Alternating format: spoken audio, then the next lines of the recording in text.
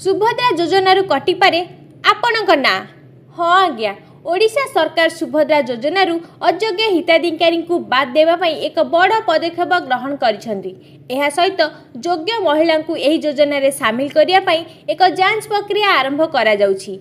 महिला और शिशु विकास विभाग पक्षरु एही जांच विभिन्न विभाग को निर्देश देछि। सुभद्रा योजना संबंधी एक बैठक में निया निष्पत्ति अनुसार जो हिताधिकारी नाम 4 चकिया जान रही बरणी बाहर करने परिवहन विभाग को कहुई। एथिपाई सुभद्रा हिताधिकारी तालिका परिवहन विभाग को जोगाई दिज्व। एहा मध्य 250 जन हिताधिकारी मृत्यु होइथिबा जणा पड़िछि।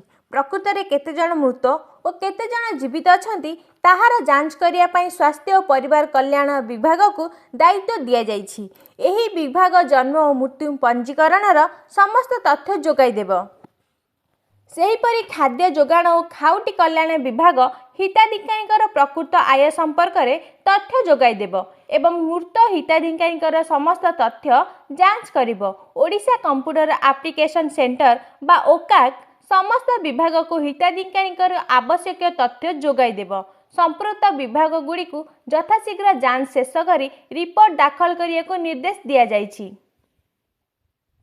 तेबे राज्य में बीजेपी सरकार क्षमता को आसिया परे सुभद्रा योजना माध्यम 124 कोटी रु अधिक महिला को 3 किस्ती रे 15,000 टंका लेखाएं प्रदान करा जाइछि। शेष किस्ती गत मासरे राखी पूर्णिमा अवसर में दि जाइथिला। सरकार दाबी करिसेंति जे समस्त योग्य महिला को एही योजना रे शामिल करा जाइछि, किंतु विभिन्न जिले में बहु योग्य महिला एथिरु बाद पड़िथिबा अभियोग हेउछि।